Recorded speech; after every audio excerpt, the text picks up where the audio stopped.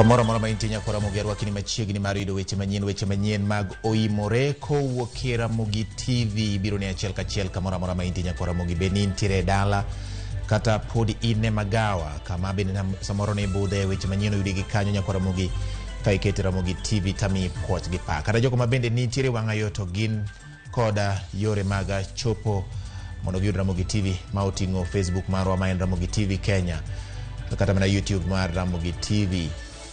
Gesa ni nyalo diko na kokalo e nambari 3600 ma en namba marwa marote machuok kata bende inyalo wuoyo koda kokalo e Twitter handle @Ramogi TV KE. Bende weche gi manyien inyalo luwo kokalo e Facebook page mara wuon koponi follow George Bati Daddy Cool. Na kwa Ramogi wan gi mathoth gi oting'o ma. And it was hit on the side and it flew several meters and landed in a ditch. 5 bodies, unfortunately, were collected. Jopuonjre abich mag sikund nyiri ma Friends Mbihi mayudore Vihiga owito ngimagi bang' matatu mane giidho yudo masira e gweng' ma Delamere, Naivasha. Our members of parliament in both houses shall not be party to any other process, and particularly not the one proposed in the motion by Kenya Kwanza. Azimio la umoja koro ter ni ok gibiyie chako twak gi piny owacho kaponi twagno itimo mana kokalo e chike mag od bura. Koyaw gate to yudo ka mama otwe gi tol. Jotijgi onego beni kao pesa ogiwe maisha mar mama ni. Obila ma Kisumu pedho achije moko ariyo ma itudo gi tema mar nego tajiri margi ma jahindi ma jahigni 75.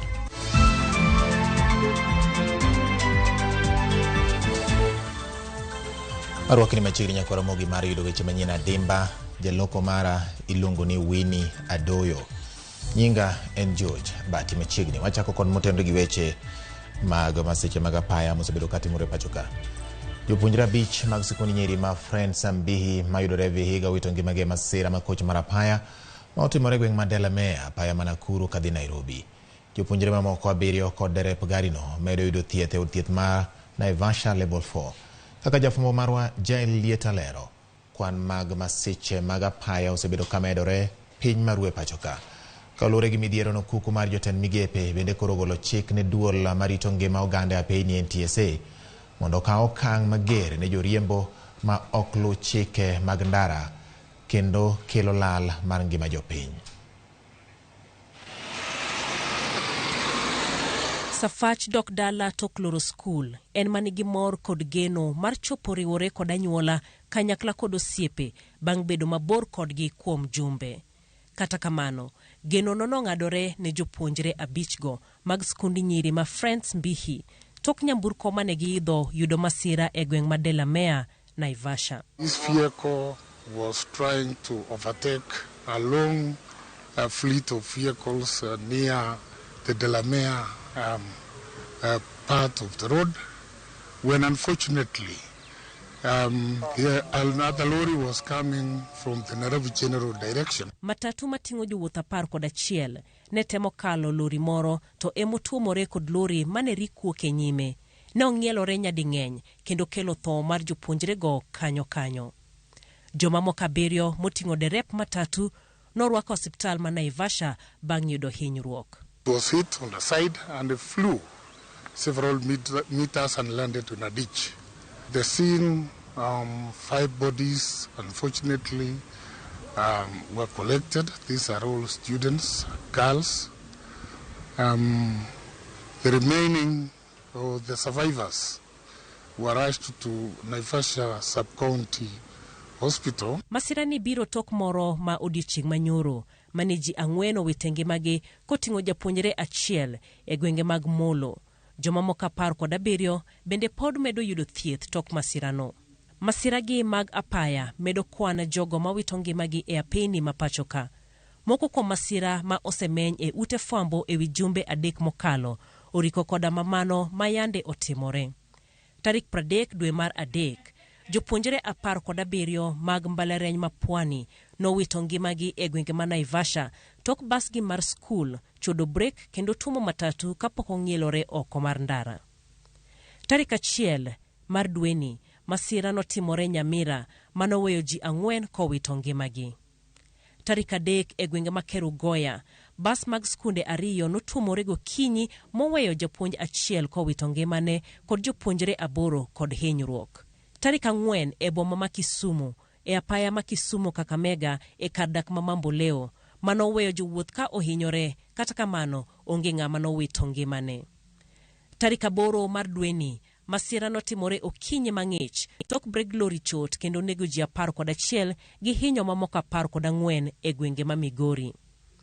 E gwenge ma Mwatate tarik 15 dweni, ji 13 nowito ngimagi kanyo tok bas mane giidho bayoyo. Kwan joma owito ngimagi e masira ma wamenyogi gin 46. Kata kamano, luoro nitie ni kwan masiche kod jogo ma owito ngimagi e masiche ma pachoka ng'eny moloyo magi. Duol mar NTSA osebedo ka kwayo jopiny mondo obed akicha e kinde ma gin e yo. Jopiny kod joriembo bende kwayo riwruok mang'iyo apaya mar Kenha mondo oneni apeyni lach moromo kendo nigi ohinga e bath ndara mageng'o masira. Jailita, Ramogi TV. Wadhi nyime nyako Ramogi kod mabende otenre kod weche mag ngima kod kaka inyalo duoka ngima piny. To motelo ne mano, pod wamedo timo mos ne familia ma owito nyithindgi e masira makoch machalo kod mano, kama bende yudo thieth. Wamedo kwayo negi chang mapiyo e ute thieth mag yudo. Mana kaka nasewacho sa achiel, jogo matiyo go apaya e yo moro amora, bed ni jawuoth, jariembo kata jal ma oting', kineno ka nitiere gimoro manyalo chich ni ngima ni ok nyal bedo kama kare, to iwuo mondo mi wares ngima. Jogo mariembo, thuolo en mari nikech ing'eyo ni ting'o ngima ji. Kasruok onge tiende. Kamidhieno inyalo mana chopo ka ngima, to ka itho ok inyal chopo. Omiyo wabed motang'. Kuku mar jotend migepe oromo mar lalore e wi yore mag duoko piny pek mar ngima. Jotend migepe wacho ni ranyisi nitie ni chenro mag piny owacho osechako nyuolo lemo kendo nengo mwandu koro dok piny. Jatend piny Kenya William Ruto mane otelo ni romono oyango ni nengo mar mogo osebedo kalor kendo chopo nyaka siling 155 kowuok siling 230 kuom kilo 2 mar mogo mar oduma. Jotend migepe oyango ni geno kata onyiso geno ni okenge ma piny owacho keto mag jiwo chenro mag nyuolo chiemo kaachiel kod mwandu e pacho ka dhi konyo piny Kenya okang' maduong' e kelo fungruok mar ngima. Jotend migepe go bende oloso e wi midhiero mar masira mag apaya kendo nyiso duol ma ochung' ne rito ngima oganda e weche mag apaya e pacho ka NTSA mondo mi okaw okang' ne joketh chike mag apaya. Chike matayo chenro mag nam bende giyiere mar siro kanyakla kod jiwo winjruok e kind pinje mayudore Afrika ma ugwe.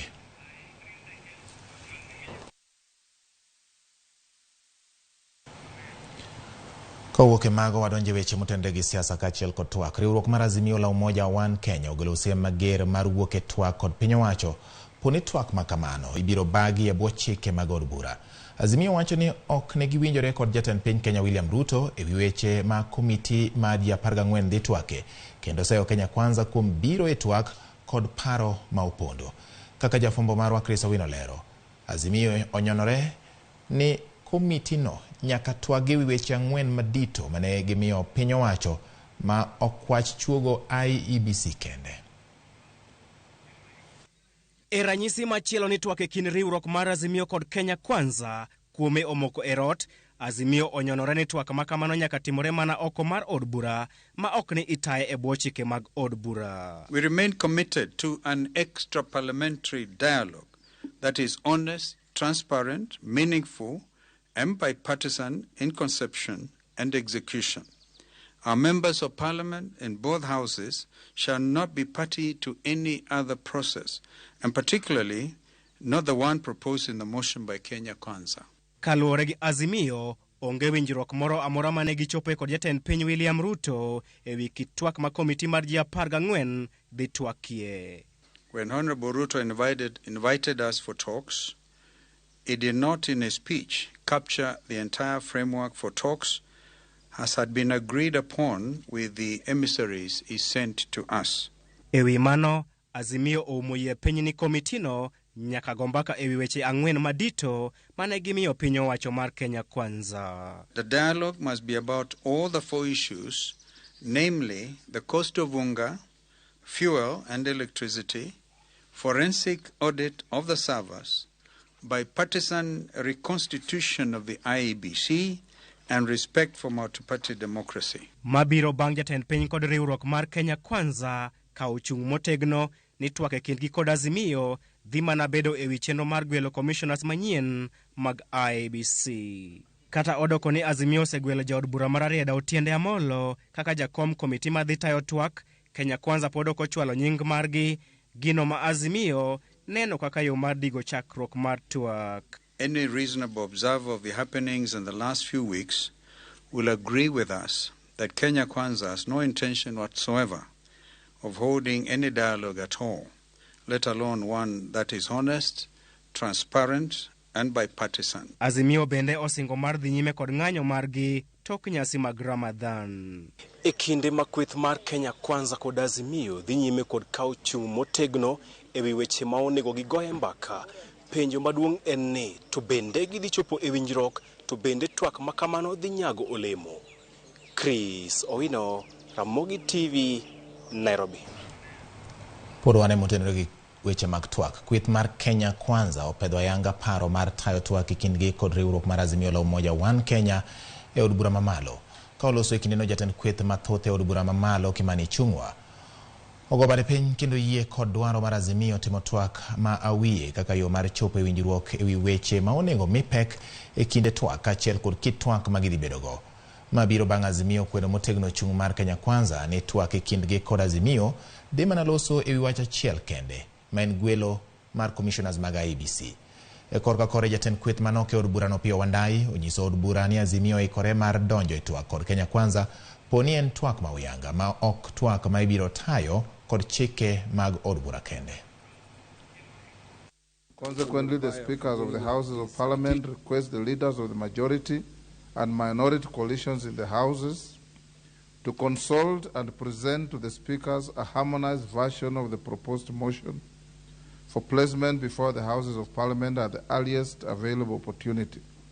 This shall set the stage for the commencement of the bipartisan engagements in Parliament. Because, Honorable Speaker, the only thing that we have that we must value in this country is the peace and tranquility we enjoy. As long as the Kenya Kwanza coalition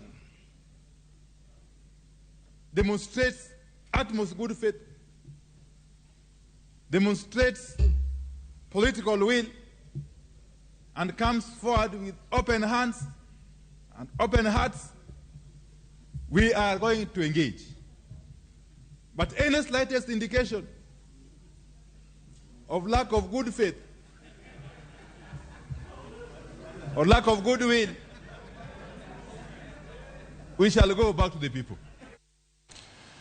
Jatend piny Kenya William Ruto medo kwayo gai mar Azimio la Umoja One Kenya Raila Odinga mondo were gi ng'anyo kendo chiw thuolo ne komiti matayo twak e kind piny owacho kod Azimio la Umoja kaka yor kelo kwe piny Kenya.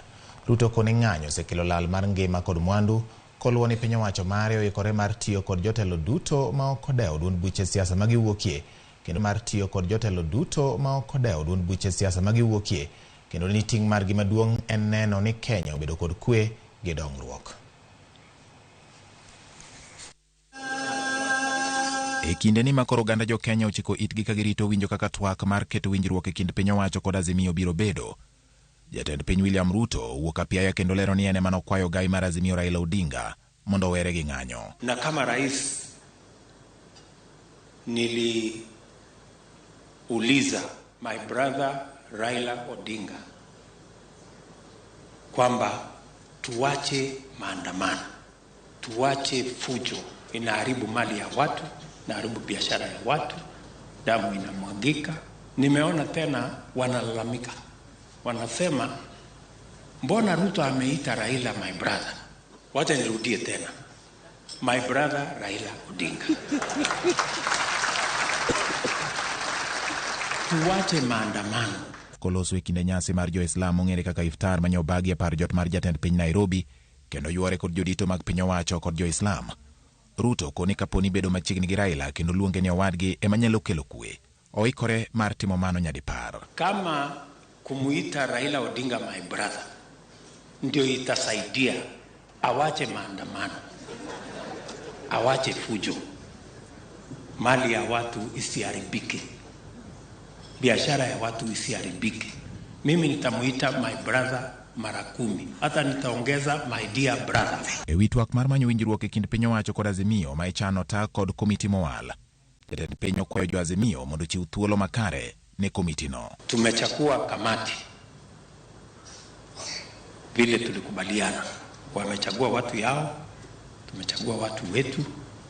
Let us give this committee a chance, waongee hiyo mambo yote iko huko ndani, alafu tutapata suluhu ya hayo maneno. Jaod bura ma Elders Adan Keinan ma bende nachiel kuom jokanyo mag komiti mabiro twak e lo piny owacho osingo ni giikore maneno ni twak onyuolo ratiro ne jo Kenya ka jatend migawo mar jolweny Aden Duale to kwayo jo Azimio mondo were gi dhiro donjo e piny owacho kendo gitim tijgi mar keto piny owacho tesre. Kazi yetu ni kuangalia haki, na katika bunge mimi ndio mzee, sio mzee kwa umri lakini kwa maarifa na ile muda ile tunataka kila mtu apate haki yake. Kwa hivyo nashukuru ile fursa, tutaangalia haki ya Kenya. Even the culture is every time you lose fairly and squarely, you say you must share power. Then in the end, the whole essence and importance of election will lose meaning. Why do people go to elections? One, to get power.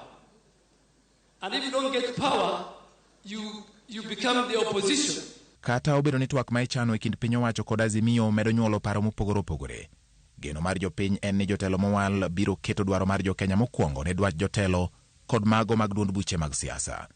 George Bati, Ramogi TV.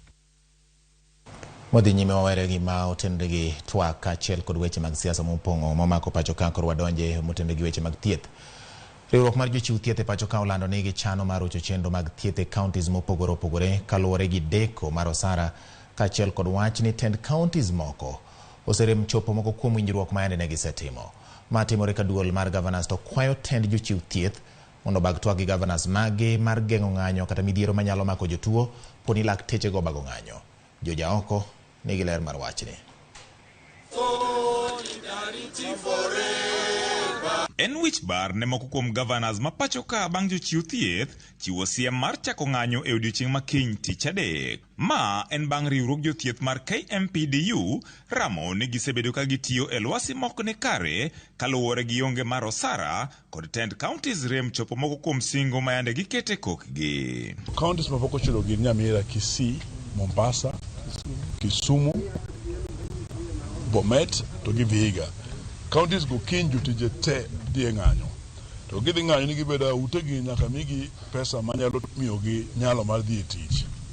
Mano dakteche, nurses, clinical officers, jothieth te nyaka jok matiyo muchari. Jagoro mar riwruok jothieth go Atela Davji oyango ni counties mamoko osetemo matek mar chulo jotijegi kata obedo ni piny owacho pok ochwalo negi omuom kama moko auchiel to pod oling' thi karito omuom e aguch piny owacho mamalo.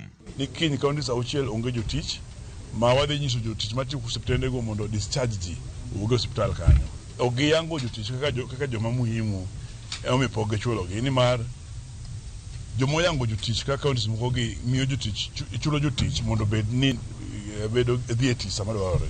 Ting'eni sama jatich pok ochul mshahara ok onya bedo no chulo rent ne, ok onya bedo gi fuel modhi go ka tich bedo matek.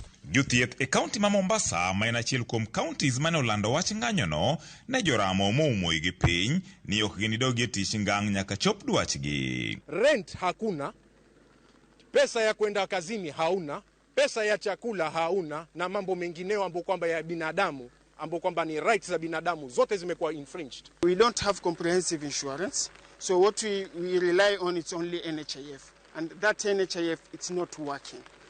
Since January it has not been working. The remittances have not been sent. We do not want to put the normal workers, I mean the normal mwananchi, the wanjikus of this world, through stress. But we ourselves are stressed. How do you treat somebody when you yourself are sick? We are very disappointed because we feel the county government is ignoring us, because all the issues captured in the MOU, none has been implemented, completely none.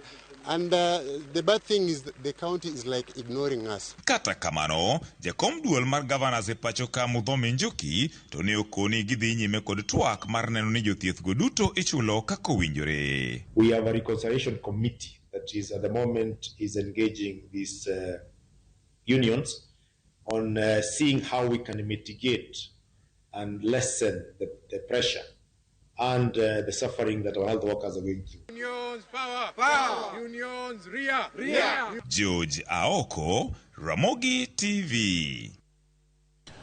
Lipot motem gi riwruok marango chenro mag uchumi miluongo ni Institute of Economic Affairs opedho moko kuom fuok e chenro mar kodesa masinde mag thieth makoro mono chenro no chopo kare duoko maber kaka ne dwarore.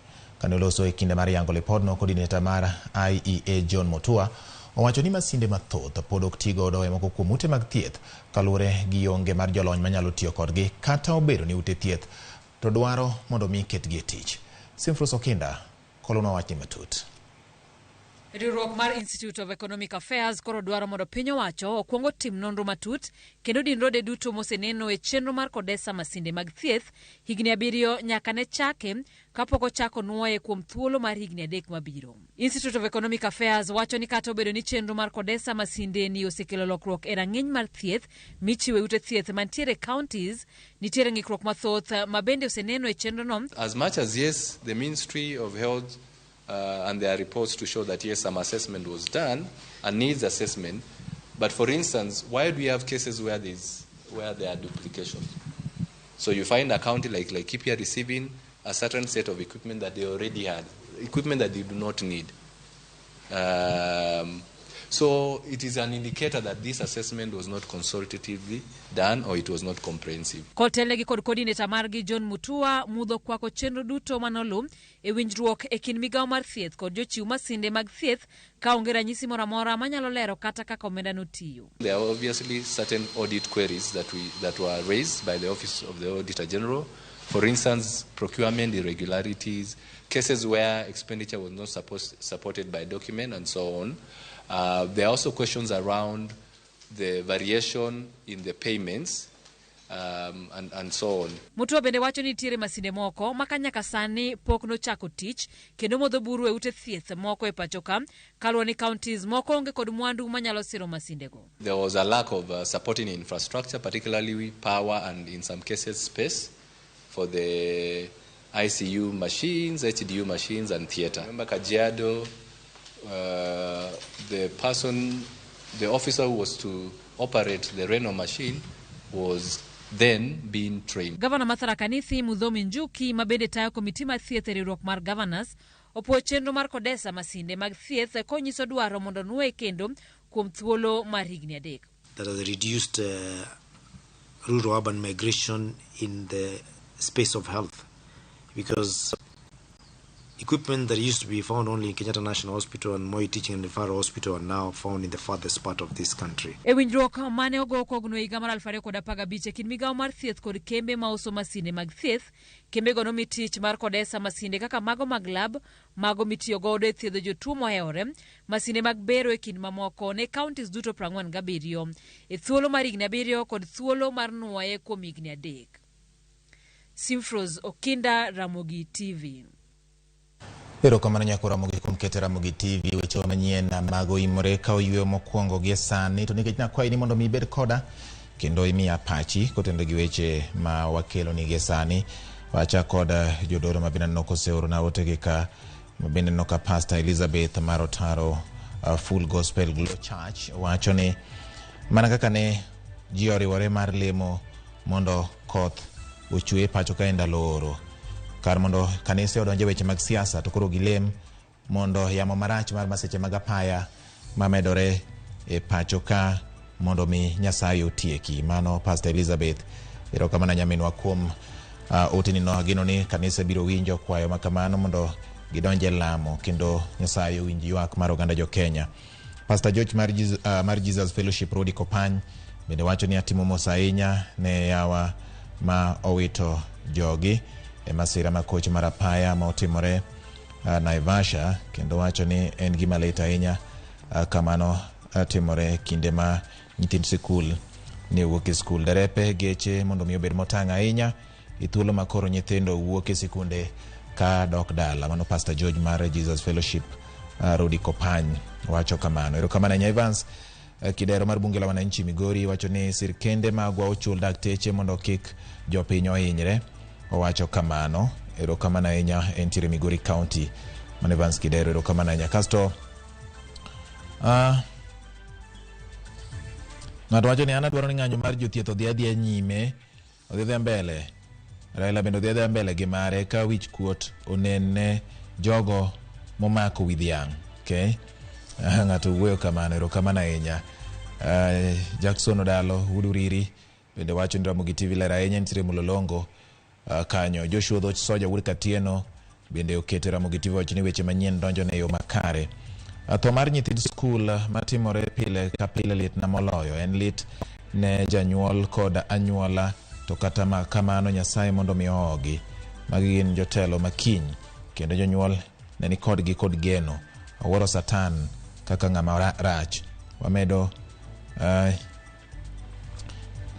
chielo rembe nyithindwa, kata wamedo chielo gi rembe Yesu Kristo. Mano iluongo ni mteule J-Lo mabende neno akuke wenge mag Homa Bay kocha. Nyako Ramogi yiena monda kaw yweyo mara mokwongo gi kanyo gie sani, to kawaduogo pod wan gi mathoth ahinya kokalo e weche manyien mag Oimore kotende kod weche mabende omakore koda mano timore Kisumu, ma bende nitiere jomoko ma onego tajiri margi ng'ama ndiko gi tich. Magi gin weche ma wadhi kelo ni bang' wuok e yweyo ni.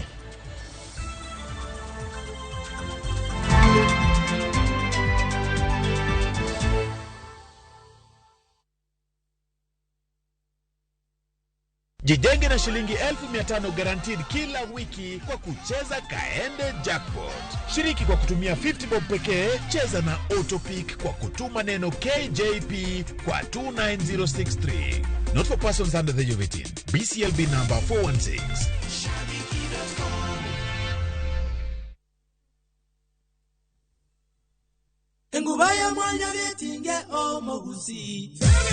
Hakuna ndizi tamu duniani kama ndizi ya Ekeusi. Ndio maana Egisei FM station nambari 1 ya Mwanyagetinge tumekuandalia Egisei FM Matoke Festival, hafla ya kusherekea utamu wa ndizi ya Ekeusi, Jumatano ya tarehe 19 mwezi wa 4 mwaka huu katika soko la Keumbu. Ndio ukutane watangazaji wa Egisei FM, wasanii na washikadau wengi. Tutapika, tutakula. Mera waiter, ongeza ndizi ya Kisii hapa chap chap sarat. Who is this? Who is written you? What's written you here? Na kusakata densi, kosa uchekwe. Egesa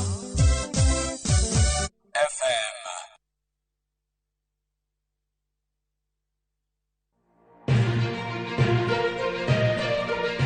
Weche manyien mamulo dhod chunyi maiye gin mago machiegni kodi. Weche thieth, anyuola, ohala to kata rita. Ka utuch to wan kode. Kotimore skunde e gweng'u ne wedeni kata osiepe, magi duto wan go. Wan kae mar neno ni ng'eyo gima biro kendo bedo gi ikruok motegno. Onego ing'e gima timore e seche motimore mapiyo piyo, to mae e kama iyude wechego. Kenya en marwa waduto, to Ramogi TV en odwa. To kendo wantie iye kanyakla achiel kaka onagi. Ma en rupiny kod mbaka oromo. E Ramogi TV. Sud machiegni mondo wago mbaka.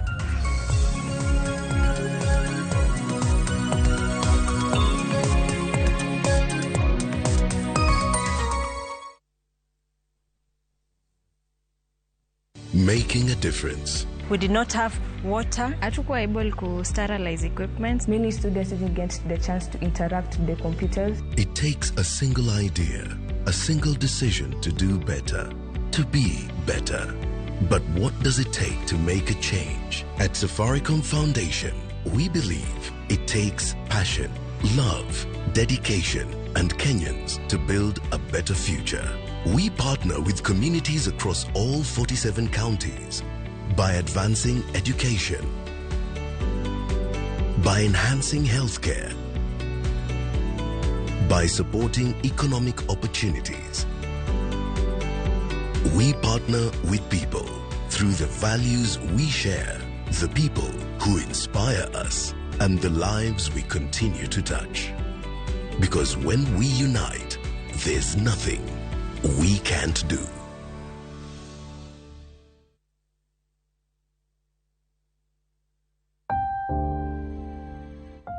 Onego wachung' kachiel gi jowetewa e kinde kuyo. Kilalo ng'ato miero, to diher mar lando tho kod liel mare. Ramogi TV biro chung' kodi e miyo jalno miero kopo maber.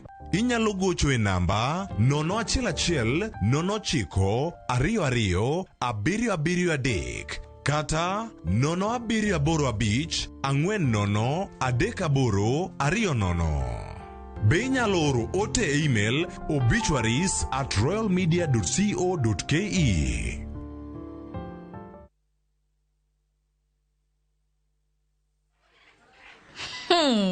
Si unasema ni sherehe na itaki hasira. Hey, kumbuka school fees na rent zinakuja na hasira.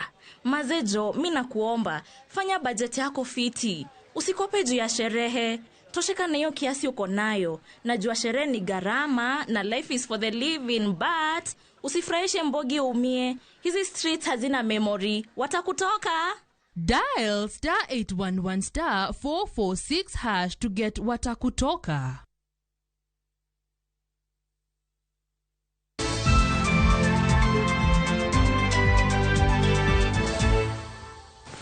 Wadhi nyime nyako Ramogi obila e kaunti ma Kisumu timo pedha ne jotich moko ariyo magina chije nek miyo majahigni 75 ma en jaindi ma odak Kisumu. Kaka jafwambo marwa James Okoth lero, obila pedho achije mayangore ni osetiyo ne miyono kuom thuolo malach.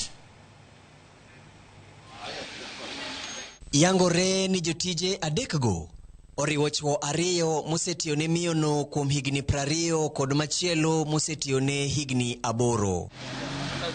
To kod miyo achiel mosetiyo ne miyo monegino kuom dweche 4.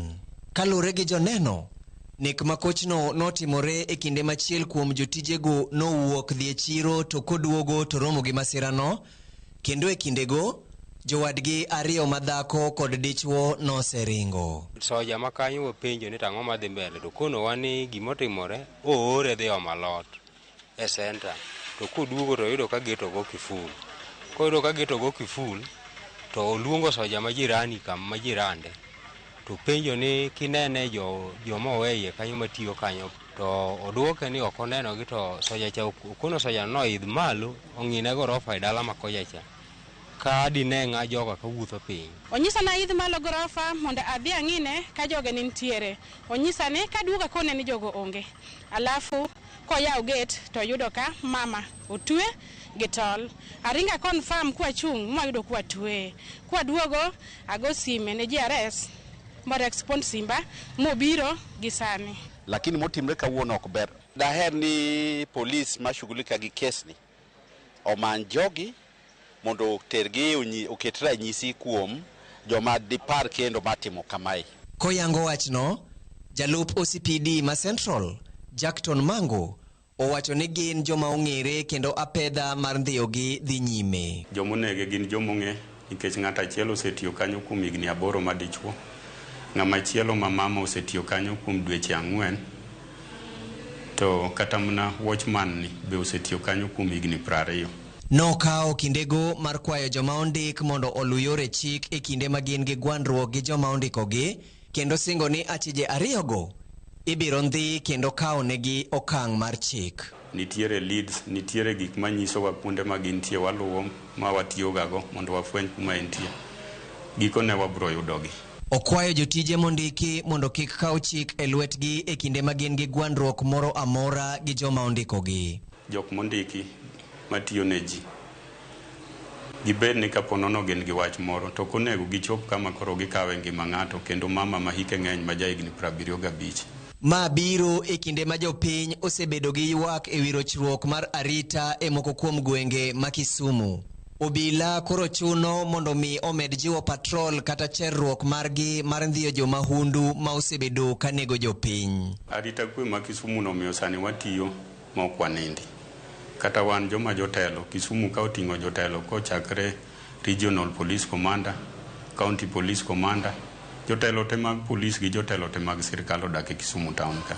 Koro en gimoro mochunowa kaka security ni wawuog oko. Obila oseyonek makochno kendo singo mar medo timo apedha okinyi gi otieno mar neno ni weche arita kwe oridi e boma ma Kisumu mangima. Okwa oganda mondo bed machiegni gi obila mondo ochiw maling'ling minyalo tiyo go e geng'o masiche kaka magi. James Okoth, Ramogi TV. Riwruok ma jo Surbeya ma pacho ka okwedo tim ma osebedo ka timore mar jodak maonge kod lope donjo e lope ji giwegi. Kaluwore gi jakom riwruogno Abraham Samoei, buche mag lo gin mapek kendo jotelo ok winjo donjre e buche mag lo manyayo kuo gi ketho mwandu. Gikwayo jotelo mag weche mag lo mondo mi otiek buche mag laro lo e kind jodak giwegi.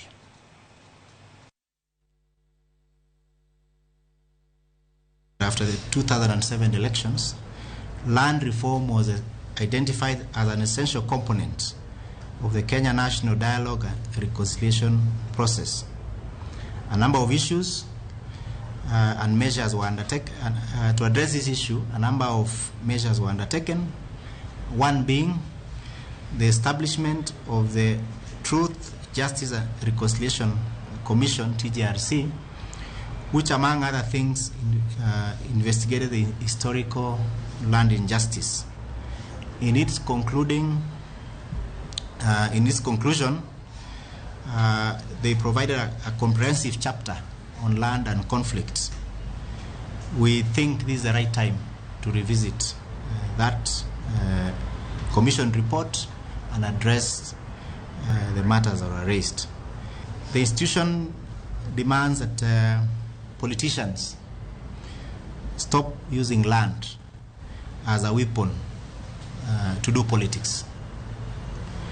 Land is politically sensitive, and a mix of issues relating to access to land and politics is a dangerous mix. We also demand the protection of all property as enshrined under the Constitution, as provided under the Constitution, regardless of who the owner is.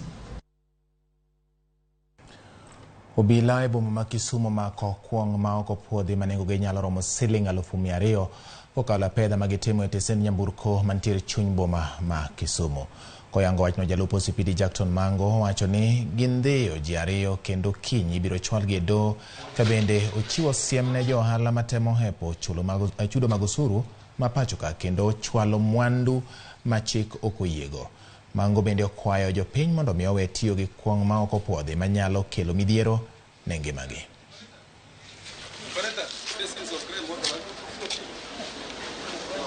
Kongo moro nitie miluongo ni Simba Gin giyudo boxes 36. Moro nitie miluongo ni Coffee Flavor Vodka giyudo 18 boxes 18. Moro nitie miluongo ni Empire giyudo boxes bende 18. Moro nitie miluongo ni Officers Ken giyudo boxes 7. Moro nitie miluongo ni Kitoka Lika giyudo boxes 5. Nengo gigi e Kenya ka en 206,400. Wamako ji ariyo, wan go e station ka, kiny go kiny wabro terogi e court mondo yalgi. Kongo ma oko gi ogin kongo mabeyo, gine kongo miwinjo ka ji osemadho to wenge gi kethore. Gine kongo ma giketho del e yore mang'eny kata e dak e udi. Ok gikel kwe. Nikech kisemadho gi to teko ni dok piny. Koro ok gikel kwe kata e udi. Omiyo akwayo anyuolana mar dhodwa ni giwere gi kongo machalo kamagi. Jolupo e kar chung'or bura ma Karachuonyo e kaunti ma Homa Bay ni kod buok kaluwore gi tho mag rech manitie nam Lolwe e moko kuom dho wedhe makono. Gino makoro giwacho ni nyalo biro rocho chenro mag lupo kod ohala mag rech e alworano. Jolupo go dwani mondo piny owacho tim nonro matut mar yango gima kelo tho mag rech e dho wedhego. Ripota marwa mar kaunti ma Homa Bay Alia Beach ne otimo limbe e dho wedhego kendo koro loso lipot ma biro ni. Ilimbe marwa e dhowath ma Kindu Bay kod mano ma Kagwa e kar chundu bura ma Karachuonyo yango midhiero masani okwako dhowedhe ariyo go kaluwore gi tho mag rech e nam Lolwe ahinya to rech ma pod tindo matho kendo dong' mana kalewo wi pi gino ma koro olo koyo kuom jolupo ma kono. Tho mar rech nieri ka wanene ochalo ka gima lil ma pigni olil kabisa kendo dung' moparo ni mae osekelo tabu mar tho mar rech nieri. Rech gi osebedo ka tho ma wan bende omako dhowa to kendo otho mang'eny ma kata kikompe gi mar kecha to mang'eny ahinya.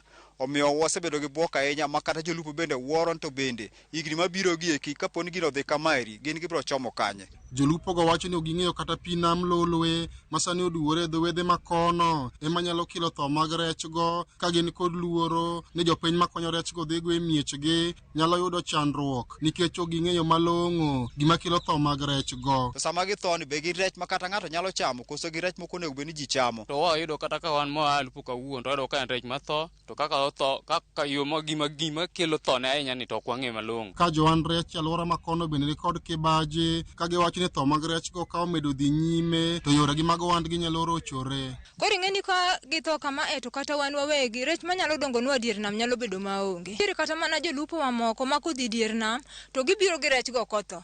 Koro rech go ka gibiro kotho rech go kwakaogi. Rech go wawegi gi yie kanyo endo. Kwayo margi en mondo tim nonro matut yango gima kelo tho mag rech e dhowedhe go. Kwang'eyo ni rech ni ang'o manege kata ang'o momiyo otimore kamae tiyudo ka nyaka joma manie kor gweng' kawe dhi kode e mier. Wakwayo mana migepe mag sirikal sana mochung'ne mag Kenya Marine Fisheries Research nikech wang'e ni gin e migawo matimo nonro mang'eny kata kama rech nitiere kama rech onge ang'o mamiyo rech onge kamoro gin maging'eyo. Omiyo kata tho mar rech ni ka koro rech tho machalo kama aneno ni kaber to gin migawo maduong' manyalo biro ka mondo mi ong'in to rech gi eki ero gi tho to ang'o mamiyo gi tho. Director ma ochune chenro mag lupo e kaunti ma Homa Bay Jojo Koth okone osetudore gi migawo mar Kenya Marine and Fisheries Research Institute Kemfree mondo dhi otim nonro margi yango gima kelo tho mag rech go. Osebedo kotimore kata higni mokalo to watudore gi jo Kenya Marine and Fisheries Research Institute ma timonwa nonro mondo nyiswa aswa ni en ang'o makelo mano. Koro na gocho negi ma nyisogi ni gima kamano timore. Tho mag rech e dhowath ma Kindu Bay kaachiel kod dhowedhe ma bende okiewo kod Kindu Bay Beach kaendi sani koro kelo midhiero mapek mokalo ni jolupo kaachiel kod jowan rech matimo ohala e dhowedhe gi eki. Kwayo margi ni migepe matimo nonro mondo bi otim nonro ka yango ni tang'o makelo tho mag rech e dhowedhe gi. Alia Beach, Ramogi TV, Homa Bay.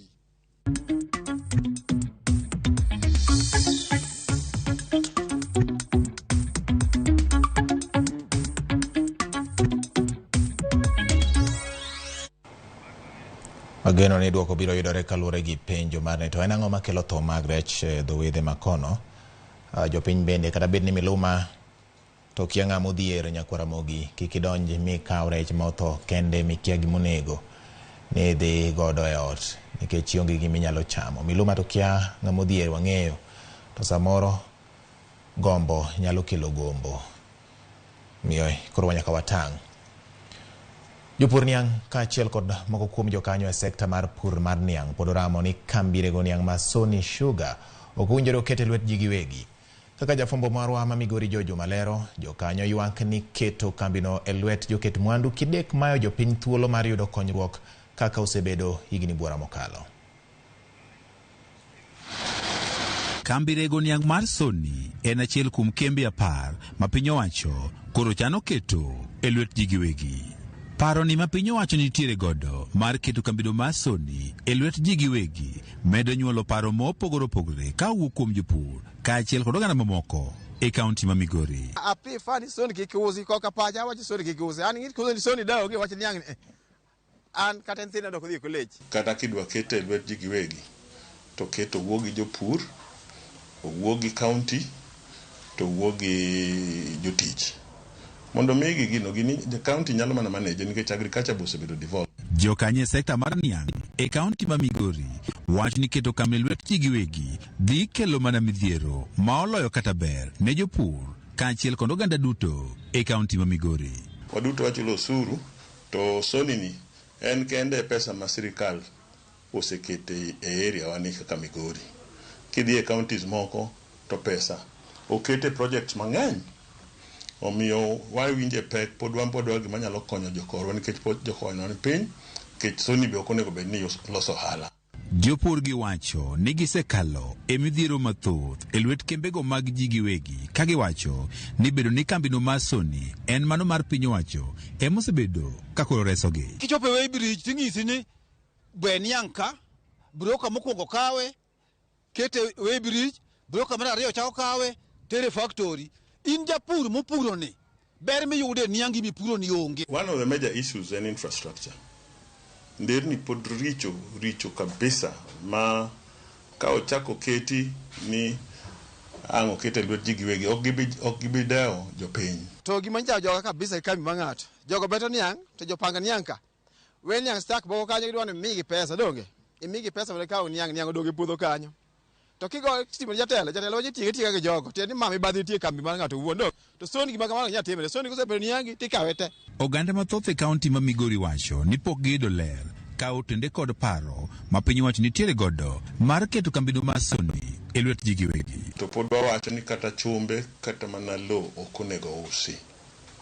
Gima onego tim onego migi pesa mondo gichung' gireg malong'o gilok ngimawa. Isano ka chairman ma Sony ka iketo ga ola long yiero ga ji. Iyudo ki yiero ji. To gima dwaro sirkal tim giyiere professional giwe yiero josiasa. Counties ni nen yo mar pogo mwandu.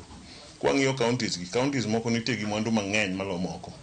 Omiyo mae e mwandu kende ma wan go ma ok dang' wayie ni mondo mwandu mar jopiny ok dang' wayie ni mondo okawe akawa mayot kamano wadong' nono. Moko kuom gigo ma gidwaro mondo koro piny owacho oketgi e ler en ka otenre kod lope mane gichiwo ne kambi mar Sony poni piny owacho koro ramo ni nyaka koro use. Release mato joma ne nienge lope go kaw oduogi mondo wane gaset ni gin ng'a gini ke sirkal nigi rekod. Riwruoge mag ratiro mag oganda e kaunti ma Migori bende koro wacho ne gichano dhi e doho poni piny owacho koro dhi nyime kod okang' margi mar keto kambi mar Sony e lwet ji giwegi. Privatization mar Sony ok nyal tim and especially lopego ni an investor biro kawo lopego. One, joma nodargo pok ochul. Twak ka otende kod paro mar piny owacho mar keto kambi mar Sony e lwet ji giwegi en mano mosebedo kuom kinde malo higni 4 ka bende jopur koro pod oramo ni kambini ok nyal usi. George Juma, Ramogi TV, Migori. Migao mar omenda koro chako ayanga okenge mag medo gowi ma Kenya nyalo kawo. Migao no koro choko pacho ganda ewi chenro no mabiro yao ne piny Kenya mondo mi gimed kwan omenda ma ginyalo kawo kaka hola. Edwin Okoth miwaler ewi wachno. Bang' puodho paro mar kawo hola moingo siling trilion 10 machiko yie kuku mar 10 migepe, migao mar omenda koro keto paro makamana yange nyimo oganda. Jatend migao mar omenda Njuguna Ndung'u koro gwelo oganda mondo gol paro ewi chenro mar medo gowi ma Kenya nyalo kawo. E milome mano kete mbui mar bad migao no, Ndung'u wacho ni paro no biro loko pend chik matayo hola ma Kenya nyalo kawo mondo bed ma ok okalo 55% mar mwandu ma Kenya loso. Ma biro kaluwore kod pek mar nok mar omenda mokwako piny owacho ma bende sani odong' kod fuok maromo siling bilion 720 e bajedi komenda marumo dwe mar 6 higani. Ma tiende ni kata kawo mana hola te machiko yie mar siling trilion 10, bajet pod ni kod fuok mar siling bilion 133. E chenro ma ogol kod bad migao mar omenda, gwenge moko osechak choke pa jopiny ewi wachno kendo tich ariyo tarik 18 jodak ma Mombasa, Murang'a, Nyeri, Kwale, Taita ne kawo pachgi. Tich Ang'wen jumani, migao mar omenda dhi nyime kod kawo pach jodak ma Nairobi, Kajiado kod Kiambu ewi paro mar medo hola ma piny owacho nyalo kawo. Migao mar omenda bende chano kawo pach jodak ma Nyamira, Homa Bay kod Migori e boma ma Kisii tich adek tarik 26 juma manyien. Jodak ma Vihiga, Siaya kod Kisumu bende biro chiwo pachgi ewi lokruok e chik mar kawo hola tich 2 juma manyien e boma ma Kisumu. Gibiro dhi to gikawo pesa ni gidwa timogo kata project moro. Ka gibiro to gin giwegi gigi ema gidogi chako giso pesa gi ofukogi to gidhi gikawo chako project to giwe nus. Kaluwore gi sirikal manodhi sirikal manodhi ma last year ne gi complain ni nodhi olo pesa mang'eny to kane gibiro to onge gima ne gitimo godo. gikawo gipogre giwacho ni jogi nodhi ywego. Koro gin be ka gidhi giolo pesani dhi hinyo japiny to ngima bende tek. Ngima sani tek kabisa. Ka gikawo omenda moro dhi medo piny mondo bed matek ahinya. Koro nokwayo serikal mondo at least ong'i other ways maginya yudo maginya kawo go pesa moko kata tuzo usuru. Sani gimedo usuru ni malo kabisa. Lokruok e chikno biro miyo Kenya thuolo mar kawo hola kata moingo 55% mag mwandu ma Kenya loso kata GDP. Jatend migawo mar omenda ibiro yiene timo kamano ka olero ne od bura gimomiyo kawo hola mang'eny kamano to kod okenge ma oketo mar duoko gopego piny. Kata kapod chenro mar kawo pach oganda ewi medo hola dhi nyime, piny owacho osechako manyo kembe mabiro konyo Kenya kawo hola kowuok e pinje maoko kata Eurobond. Kamano en okang' ma igeto go chulo gowi ma siling bilion 280 mar Eurobond manokawo higni 10 mokalo. Piny owacho ma itayo kod duond buch Kenya Kwanza osebet ka seyo okang' mar kawo hola, achiel kuom singo mane gigolo ne jopiny kane gisero mbulu. Edwin Okoth, Ramogi TV, Nairobi.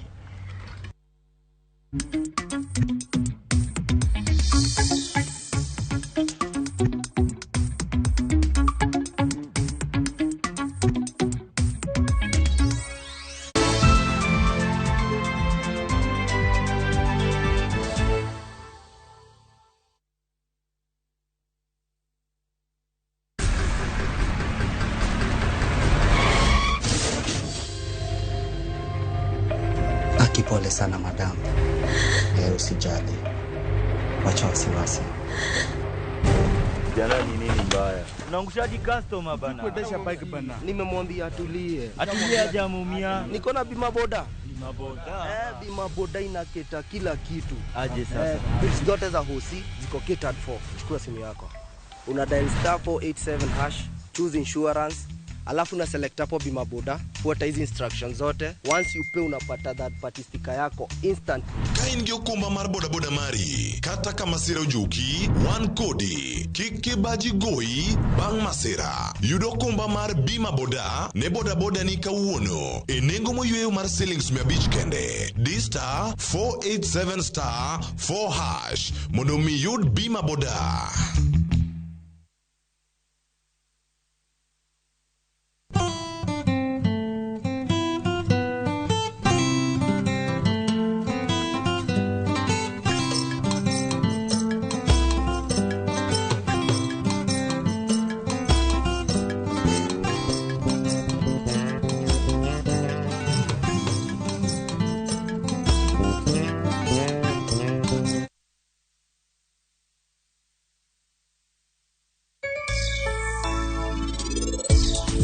Maua tieko dweche 3. Kwa pidhe to tieko dweche 3 to wang'wede. Ing'eni Tina oheri ahinya. To wane osetimo nyaka nyasi mar ng'eruok. To an ok ahero Tina kata matin.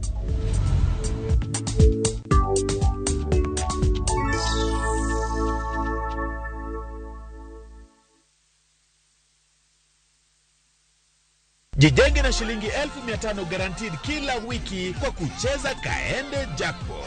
Shiriki kwa kutumia 50 bob pekee, cheza na Autopic kwa kutuma neno KJP kwa 29063. Not for persons under the age of 18. BCLB number 416.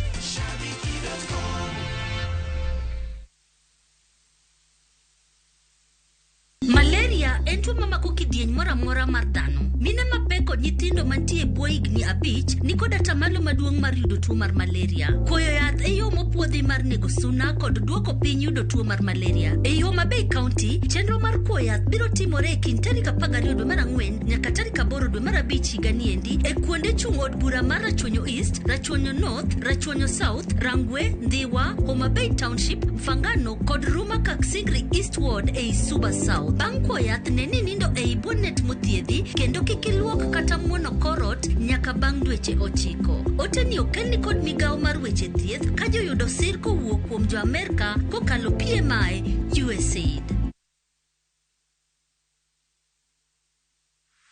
Is bad breath getting in your way? Freshmed mouthwash is formulated with fluoride and essential oils designed to fight bacteria that causes bad breath and tooth decay, working to give you a stronger enamel, fresher breath, and healthier gums. For better oral hygiene, try FreshMed today. Available in ice mint and spearmint flavors in all outlets near you. From Tropical Brands.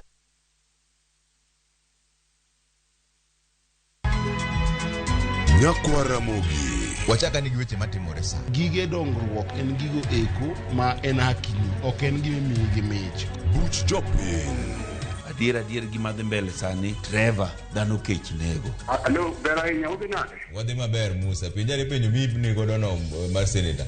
Tich adek ka tich adek, tudri gi jalendo Trevor Ombija, janding opanga jonyakach dendo nombija taya nyakwar guok kocha pesa. Sadek otieno, mana Ramogi TV. Kik bai.